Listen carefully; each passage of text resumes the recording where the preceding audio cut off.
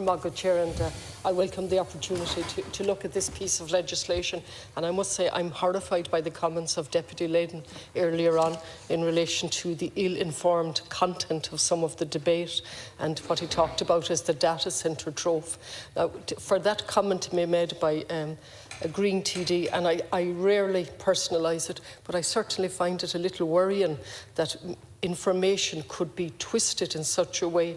We're here with a piece of legislation where the date for the amendments has already passed, where the Bill's Digest was produced today, where we have one go to discuss this, and I have done my best to struggle with this piece of legislation, and he talked about ill-informed comments. Now, the best way, Minister, to avoid ill-informed comments is to allow for a considered debate with maximum information, and that hasn't happened here, and it hasn't happened in the context of its urgent legislation. And I fully understand that we need security of energy supply, and that's what this is about, ostensibly protecting the security of energy supply and also providing for a refund under public service obligation levy, and to allow for Bord na Móna and for EirGrid to borrow more money, and to also allow for the government to give EirGrid money in the context of a direction from the CRU in relation to security supply.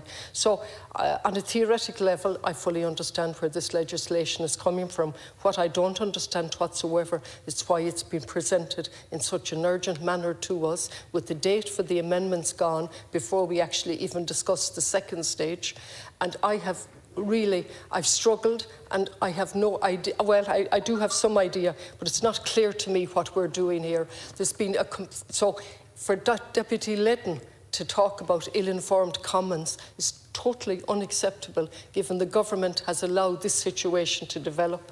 And just to confirm, if we look at, it's already been referred to by Deputy Naughton, the government statement on the role of data centres in Ireland's strategy, a hymn, an absolute hymn of adoration to data centres with no restriction whatsoever back in June 2018. Less than a year later, we were declaring a climate emergency and a biodiversity emergency. Less than a year later.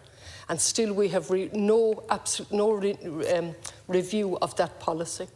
And in that policy back then, the biggest thing they wanted to do was change the legislation and to classify data centres as strategic infrastructure, and to change the legislation to allow for their pushing through. This statement at the time, June 18, this statement outlines the role data centres play in Ireland's ambition to be a digital economy hotspot in Europe. We're certainly a hotspot, all right, in more ways than one. The government is amending the planning process for data centres over certain sizes to reclassify them as strategic infrastructure. And again, for the benefit of the person who made the comment about ill-informed comments, well, let's just look at this, what we're saying here. While investments in a range of sectors are utility intensive and will increase demand, it is important to acknowledge that data centres pose considerable challenges to the future planning and operation of Ireland's power system. This is June 18 now, giving us a warning. Such challenges arise in terms of renewable energy objectives and so on, community acceptance. By recognising those challenges which are clearly outlined, the government can take steps to mitigate them so that Ireland optimises the benefits of these. So the challenges were recognised and steps were to be taken which clearly weren't taken. And then it's a very short document and clearly ignored. And then on page 12, the Commission for the Regulation of Utilities plans to work with EirGrid to develop a range of measures, potentially including locational signals, to ensure that local and regional security of electricity supply is maintained, and to facilitate demand growth associated with data centres and, of course, other high energy users, companies as well. And so here we are now today, and we're looking at a bill with 14 sections, ostensibly to protect our security, and we're rushing it through. There's no pre-leg scrutiny. There's no regulatory impact assessment. and no proper time to tease out the issues.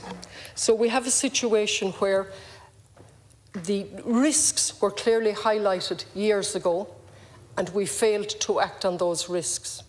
And then today we're looking at no analysis and just take the government's assurance in relation to this matter, where the market has utterly failed, the market that we've glorified, absolutely glorified, and it has utterly failed. And this is an acknowledgement that the market has failed.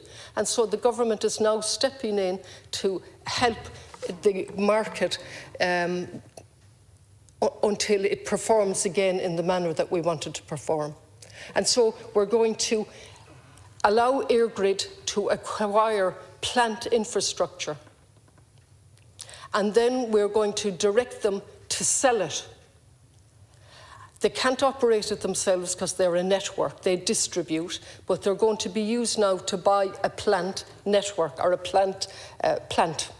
And the way that's used, energy plant and electricity plant, is very strange, including acquiring electricity generation plants. We're not told how they will be fueled. We're not told anything about that. And we're told that we're not told how it will be sold to the operator.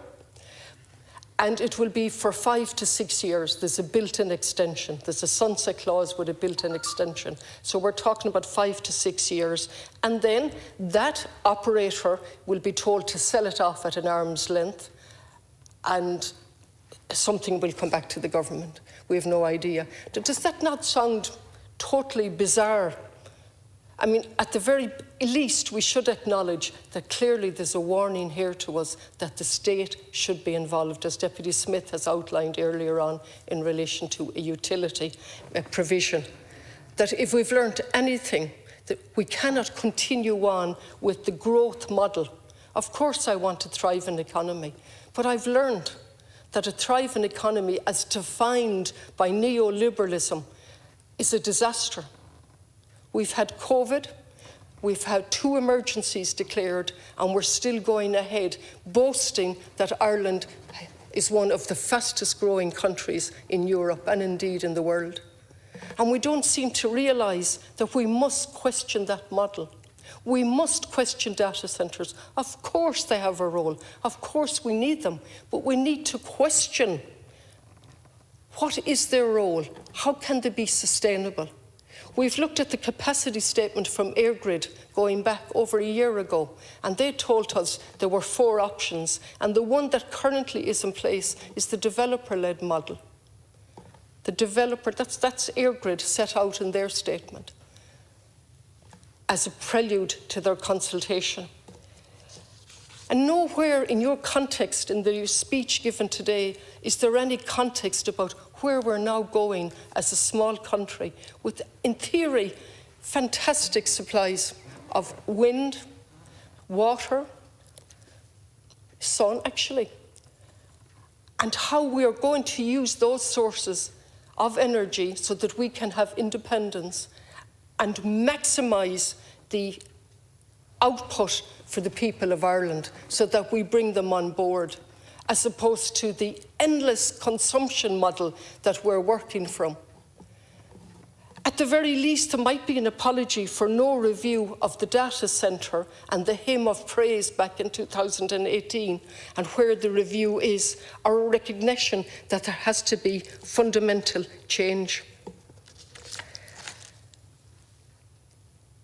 23% data centres, this is EirGrid All Ireland Generation Capacity Statement. Data centres could account for 23% of energy demand. This is a median estimate. It's not even the worst scenario. And we've over 70 data centres at the moment. In my last 30 seconds, Minister, I have repeatedly stood up here and said I'm an absolute supporter of the Green Party in their recognition of a climate emergency and a biodiversity emergency. But what's happening here is we are pretending that we can go on with an endless consumption model and deal with a climate emergency. It is not possible. And what we're doing here today is rushing through a legislation in the guise of an emergency when that emergency has been apparent for years. And twisting language on its head and talking about ill-informed comment when all of that has been allowed by the government in the manner in which they're rushing this legislation through without context, without discussion, and without allowing us to see what actually does all this mean, where EirGrid buys an electricity or a plant, then sells it on and so on. Does that not make us, what is going on here in relation to market failure and what we learn from that? Or